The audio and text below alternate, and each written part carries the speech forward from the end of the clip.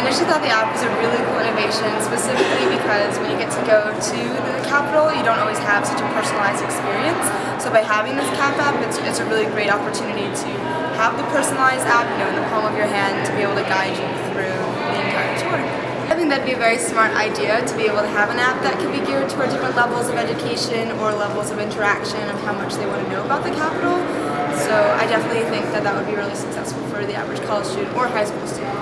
So the building itself is obviously magical and enchanting from that perspective. So obviously going into it, I was really excited to be a part of such an incredible experience. But then again, I didn't know the specifics of what was happening in each room or what each thing meant. So I think that it would be awesome to have an additional aid in terms of with the application that would help guide the average user or even the college student or even someone who's been there 100 times just to get a little bit more information about what they're seeing.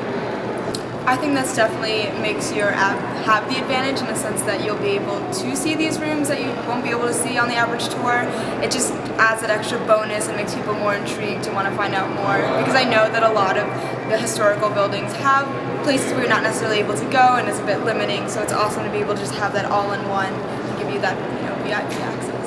I think that the National Statuary Hall would be the one that I remembered the most, just because as a kid I thought it was really cool that you could stand in two different places and hear someone just whisper, but honestly I don't remember the actual dense content or historical content that we learned on the tour, which is exactly what I should have retained throughout these past years. So having an extra aid or something like that would be especially helpful. I think the speed of the tour was fine. I know that I probably wanted to spend a little bit more time in more places versus others.